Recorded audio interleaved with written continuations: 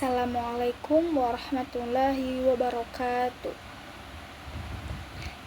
Perkenalkan, nama saya Ilhami Mahmudah dengan NIM 23329132 dari Prodi Pendidikan Agama Islam dari Fakultas Ilmu Sosial, dengan mata kuliah Administrasi dan Supervisi Pendidikan dari sesi 162 dengan dosen pengampu Dr. Hanif Al-Qadri SPD MPD. Baik, tujuan saya membuat video ini yaitu untuk mempresentasikan hasil video yang telah saya amati, yaitu tentang administrasi keuangan dalam dunia pendidikan. Materi pertama atau poin A yaitu pengertian administrasi keuangan. Administrasi keuangan didefinisikan sebagai proses pengelolaan yang melibatkan semua kegiatan yang berhubungan dengan anggaran dan keuangan. Semua ini mencakup perbuatan laporan keuangan dan mencapai tujuan atau kepentingan bersama. Baik, materi yang kedua atau poin B yaitu tujuan administrasi keuangan. 3 tujuan utama dalam administrasi keuangan dalam dunia pendidikan. Yang pertama yaitu meningkatkan efektivitas dan efisiensi penggunaan keuangan sekolah. Maksudnya yaitu ini berarti memastikan bahwa anggaran yang digunakan dengan tepat untuk mencapai tujuan pendidikan dan untuk meminimalisir pemborosan. Yang kedua, meningkatkan akuntabilitas dan transparansi keuangan sekolah. Maksudnya transparansi penting untuk membangun kepercayaan dan untuk meminimalisir prasangka negatif terkait penggunaan anggaran. Yang ketiga atau yang terakhir yaitu meminimalisir terjadinya penyalahgunaan anggaran atau keuangan sekolah. Maksudnya merupakan tujuan akhir di mana administrasi keuangan yang baik dapat mencegah penyalahgunaan dana. Yang ketiga yaitu proses administrasi keuangan. Proses ini dibagi menjadi 3. Yang pertama yaitu perencanaan, yang kedua penggunaan, dan yang terakhir yaitu pertanggungjawaban.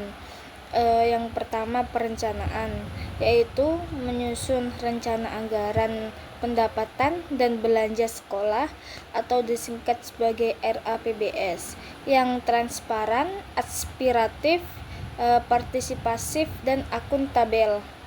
Yang kedua yaitu penggunaan, yang artinya menjalankan anggaran ini sesuai dengan rencana dan prosedur yang ditetapkan. Ini melibatkan pemisahan tugas yang jelas antara otorisator, ordonator, dan bendahara untuk meminimalisir penyelewengan.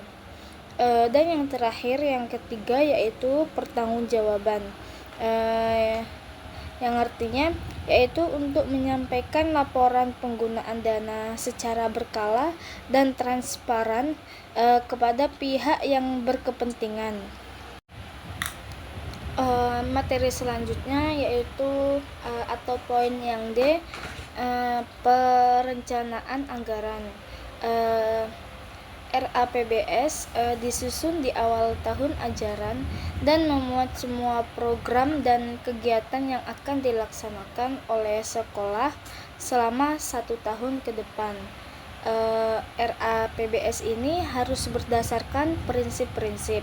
Yang pertama yaitu transparansi, yang artinya informasi anggaran terbuka dan mudah diakses. Yang kedua yaitu aspiratif, yaitu memperhatikan masukan dari berbagai pihak. Yang ketiga yaitu partisipasif, yaitu melibatkan semua pihak yang berkepentingan Dan yang terakhir atau yang keempat yaitu akuntabel, yaitu bisa dipertanggungjawabkan. Materi selanjutnya yaitu atau poin yang penggunaan anggaran. Pemisahan tugas dan fungsi dalam pengelolaan keuangan dibagi menjadi 3.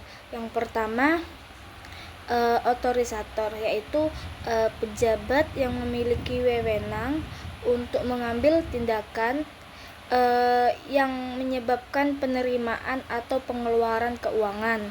Yang kedua, ordonator, yaitu pejabat yang diberikan kewenangan untuk menguji usulan program dan menentukan prioritas anggarannya.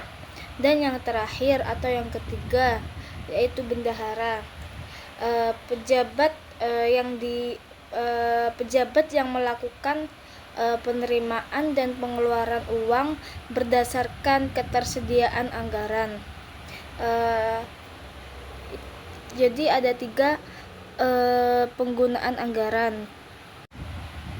Baik, materi selanjutnya atau poin yang F yaitu pertanggungjawaban anggaran. Yang pertanggungjawaban anggaran ini yang pertama yaitu sebagai laporan penggunaan dana yang dibuat secara berkala dan disampaikan kepada pihak yang berkepentingan seperti pimpinan tertinggi sekolah, sumber dana, dan personil sekolah. Selanjutnya yaitu laporan keuangan ini harus transparan dan dapat dipertanggungjawabkan. Maksudnya yaitu hal ini itu membutuhkan perencanaan anggaran yang transparan, penggunaan dana yang efisiensi, dan pertanggungjawaban yang jelas. Baik, materi selanjutnya atau yang G yaitu pengawasan keuangan. Terdapat beberapa mekanisme pengawasan keuangan. Yang pertama yaitu pengawasan melekat, yaitu pengawasan oleh Dinas Pendidik Kabupaten atau Kota. Pengawasan melekat ini artinya pengawasan yang langsung dan berkelanjutan yang dilakukan oleh Dinas Pendidikan Kabupaten atau Kota terhadap sekolah-sekolah di sekitar wilayahnya. Tujuan pengawasan melekat ini yaitu untuk memastikan bahwa sekolah ini menjalankan kegiatan dan pengelolaan keuangan sesuai dengan peraturan dan pedoman yang sudah berlaku.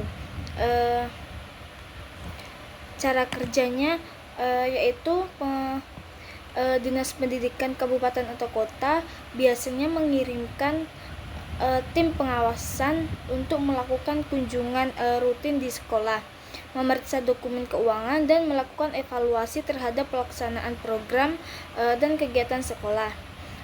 Yang kedua yaitu pengawasan fungsional, artinya pengawasan fungsional ini dilakukan oleh Badan Pengawas Keuangan dan membangun atau Inspektorat Jenderal Depdiknas. Tujuannya yaitu memastikan bahwa pengelolaan keuangan pendidikan di seluruh Indonesia selalu sesuai dengan peraturan dan kebijakan yang berlaku.